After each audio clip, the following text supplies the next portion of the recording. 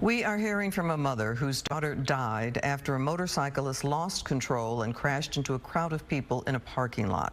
It happened in Oak Cliff last week. The motorcyclist was also killed. Another child is still in the hospital.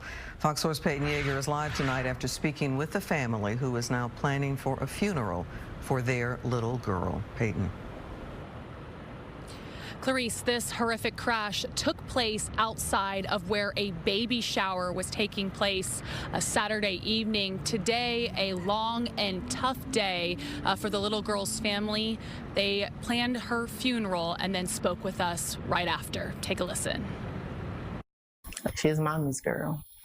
My boys want to stay at Nana and Papa house, but Soraya want to come home. She want to be by mom. Tiffany Washington talking about her 8-year-old daughter, Soraya Parson. Outside of being heartbroken, I feel grateful for my village. Saturday evening, Washington was catering a baby shower at a venue off Lancaster Road. She says she went inside to check on the food, and then her world changed in a flash. Then I heard a noise, and the ladies that were inside said, oh my God, the kids. 6 p.m. Saturday, Dallas police were called out to the scene.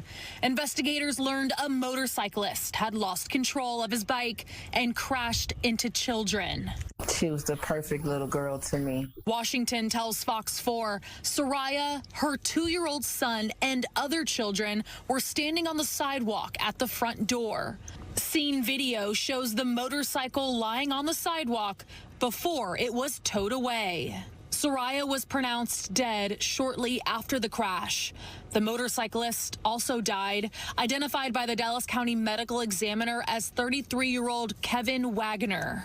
Another child was taken to the hospital in critical condition. Innocent girl. Back at Soraya's home, her room sits empty. The second grader strove for excellence, a straight-A student and an athlete. Just last week at Cedar Hills Trinity Leadership, Soraya won first place at her track meet. Most of all, Washington will miss that undeniable bond the two shared. If she let you in, she'll love you with her whole heart. And if you get a chance to get that, it's a special thing. And the child who survived remains in the hospital this evening with multiple broken bones. And what exactly led up to the motorcyclist losing control, that is still under investigation by Dallas police.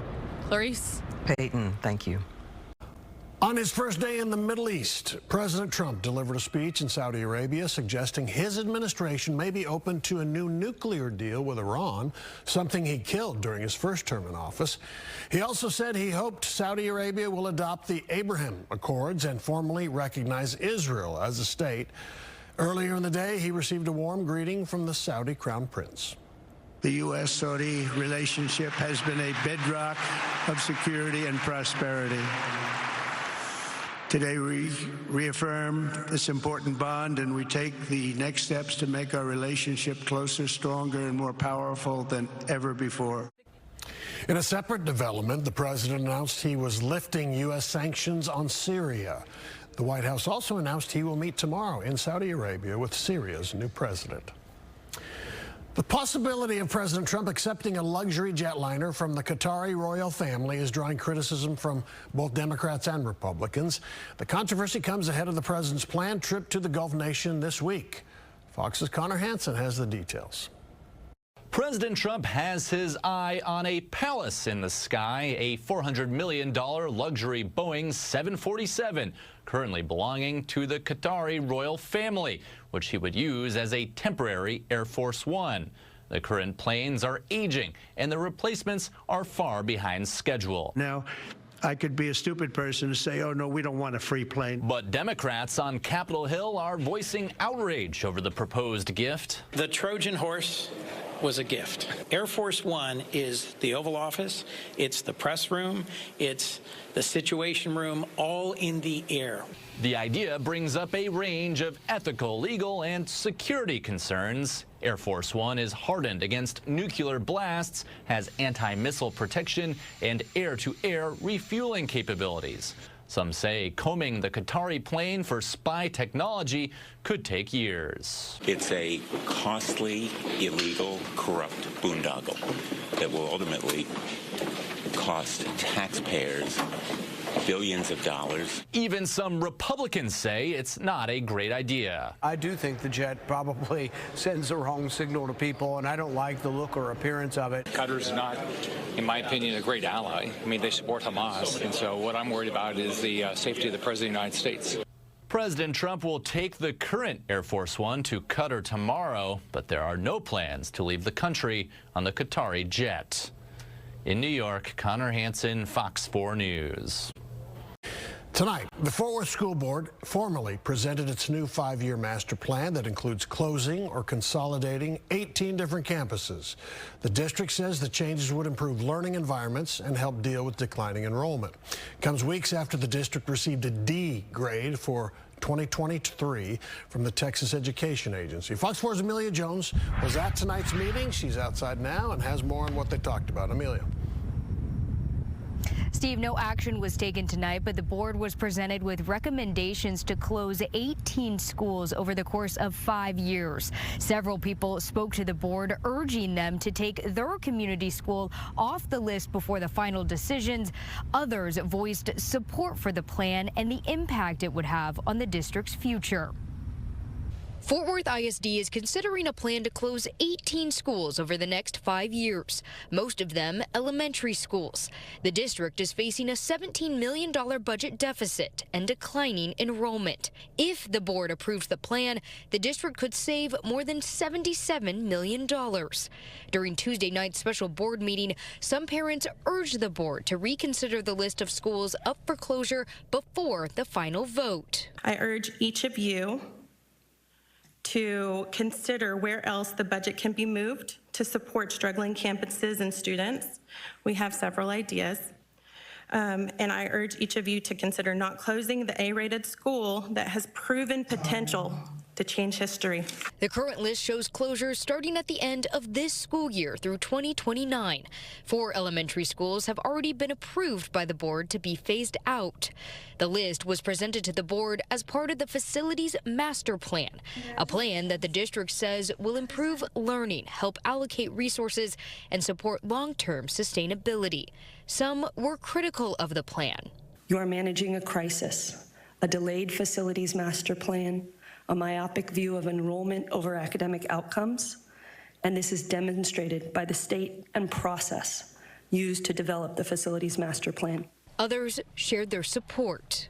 I'm here and in support of that. I know it is emotional, it is tough, and no one likes to see a neighborhood school closed. But this is where we are, and it is time to do the hard work. It is written in the proposed plan that revisions can be made based on actual enrollment as the plan takes effect over the next 5 years. The board is expected to take action on these recommendations on May 20th. Steve, back to you. Okay, we'll learn more then. Thank you, Amelia Jones, live. Welcome back. President Trump has announced a new executive order which promises to lower prescription drug costs by as much as 80%. Okay, but before you count the cash you'll save, consumer reporter Steve Noviello has the reality of the road ahead and even bigger savings that you can cash in on today. Okay, Steve, we're listening. Yeah, as you can imagine, we got a lot of questions once the executive order was signed earlier in the week. The reality, though, is there will be no immediate relief for prescription drug prices. And in fact, for many of the folks out there will be no relief at all for the drugs that you take every day. This is the second similar attempt by the president. You'll recall the first one during the first term was blocked by the courts and by Big Pharma. Meantime, a Texas company says they've already lowered the price of every generic drug on the market to its true wholesale cost. Take a look. Starting today, the United States will no longer subsidize the health care of foreign countries. President Trump with a prescription for savings, initially calling for an almost immediate 30 to 80% reduction in drug prices for consumers. But not everyone will see relief. It's not as simple as just a stroke of a pen. Zach Zeller is the co-founder of Texas-based Scriptco Pharmacy.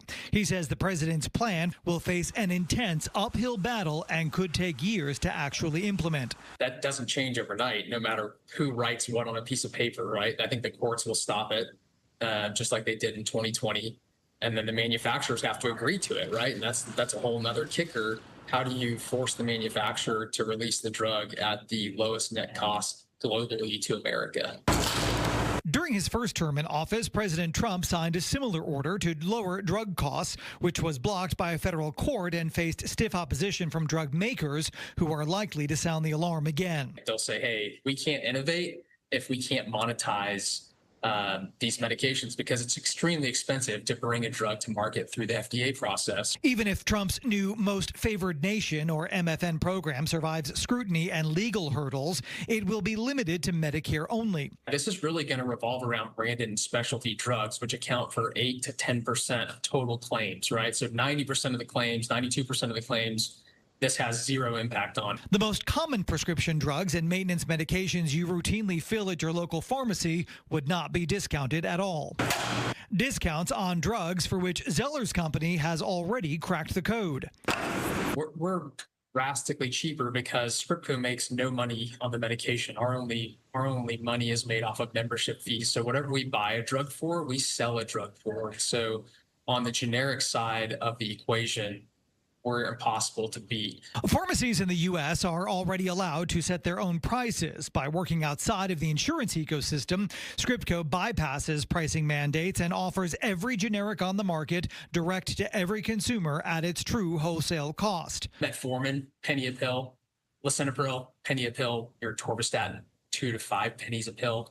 And so when you get down to the brass tacks of the actual drug cost, there's substantial savings. Savings which surpass the president's plan with no hurdles to good health. You know, talking to this guy, you've got to ask him, like, are you just beating your head against the wall here, you know, as the government tries to figure out something that you've already figured out, right? But these folks don't work with all that red tape with the insurance companies and the pharmacy benefit managers and whatnot. And in fact, by not using insurance, people are saving way more than their copay. The company's so sure that you'll save money, they offer a free pricing calculator on their website so you can see exactly the cash you'll save. On the front end, they'll even pick up the first $25 of your membership fee with the coupon code START SAVING. I'll link you to scriptco.com on our station website, and when you come see me online, facebook.com/SaveMeSteve. Yeah, this is something you've talked about before. We've talked about the company before. We first talked about it in 2020 when the president tried to do this the first time. And I'll tell you, there is not a week that goes by that I don't get an email from a viewer that says, I'm using this and I save $1,000 a year. It's really incredible. Wow. All right. Thanks, Steve. Good stuff.